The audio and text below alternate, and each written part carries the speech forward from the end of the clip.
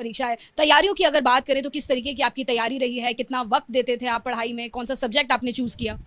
Subject मैंने अपना background मैंने अपना ग्रेजुएशन हिस्ट्री से किया था, तो मैंने हिस्ट्री एज एन ऑप्शनल लिया था। घंटों की बात है या फिर टाइम की बात है तो काफ़ी एक डिमांडिंग एग्जाम तो है, क्योंकि सिलेबस काफ़ी ज़्यादा है, 3 स्टेजेस होते हैं, हर किसी की अलग डिमांड होती है, तो टाइम तो काफ़ी लगता है, पर हर किसी का अपना अपना अलग रहता है। तो कभी मैंने ऐसे घंटे काउंट नहीं करने की कोशिश की, ये कोशिश करती थी कि जब पढ़ रही हूँ तो वो क्वालिटी टाइम हो, कि उसमें टाइम ना वेस्ट हो।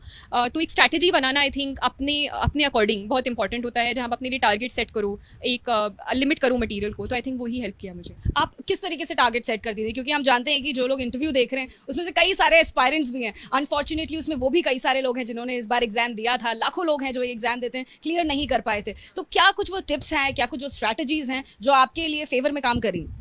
आई थिंक क्योंकि मटेरियल बहुत ज़्यादा अवेलेबल है इस समय मार्केट में यूपीएससी का, तो मटेरियल को चूज़ करना सबसे ज़्यादा इंपॉर्टेंट हो जाता है। तो apart from the basic books जो कि ऑलरेडी लोगों को पता होती हैं कि इस सब्जेक्ट में, इस सब्जेक्ट में, उसके अलावा मैं सिर्फ अपने नोट्स पर ज़्यादा फोकस करती थी रादर देन कोई बहुत स्पेसिफिक मटेरियल। तो करंट अफेयर्स की भी मैं न्यूज़पेपर में बेस्ड सब्जेक्ट जो आपका वो है सिलेबस है, तो सिलेबस के अकॉर्डिंग जो कीवर्ड्स हैं उसके अंडर में अपने नोट्स बनाती रहती थी और उसको ऐड ऑन करती रहती थी ऑन अ डेली बेसिस अपने। तो वो आई थिंक मेरे को आंसर राइटिंग में काफ़ी हेल्प किया in terms of providing an edge, in terms of a better answer. तो आई थिंक ऑप्शनल में भी, जो कि मेरा हिस्ट्री था और करंट अफेयर्स में, I use my notes, own notes, which I think help. Shruti, ये आपका कौन सा अटेम्प्ट था? ये मेरा सेकंड अटेम्प्ट था। पहले अटेम्प्ट में आप कहाँ तक पहुंचे थे और वो कौन सी गलतियां थी इस बार आपने गौर किया और इस बार वो गलतियां दोबारा नहीं होने दी?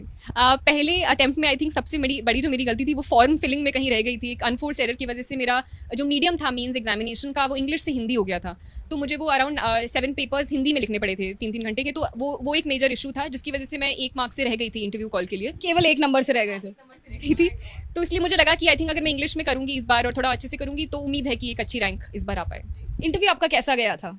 इंटरव्यू एक्चुअली मुझे लगा था अच्छा जाएगा, मॉक्स भी अच्छे जा रहे थे, पर मैं इंटरव्यू के बाद इतनी खुश नहीं थी और मेरे कुछ दोस्त और मम्मी पापा आए थे, तो मैं आकर इनफैक्ट रो दी थी इंटरव्यू के बाद। इतना ऐसे क्या सवाल आपसे पूछ लिए गए थे? मुझे लगा था कि थोड़ा फैक्चुअल बेस्ड हो गया था, मुझे थोड़ा कॉन्वर्सेशनल चाहिए था, तो मुझे मतलब वो मैं थोड़ा सेल्फ क्रिटिकल भी आई थिंक ज़्यादा हो गई थी और मुझे उम्मीदें शायद ज़्यादा थी। पर ये तो बाद में पता चलेगा कि कितने मार्क्स आए इंटरव्यू में, पर मैं इंटरव्यू के बाद थोड़ी मैं एप्रीहेंसिव थी कि शायद वो थोड़ा पुल डाउन। एक आध अगर सवाल आप बता दें हमें, क्या पूछे गए थे इंटरव्यू में?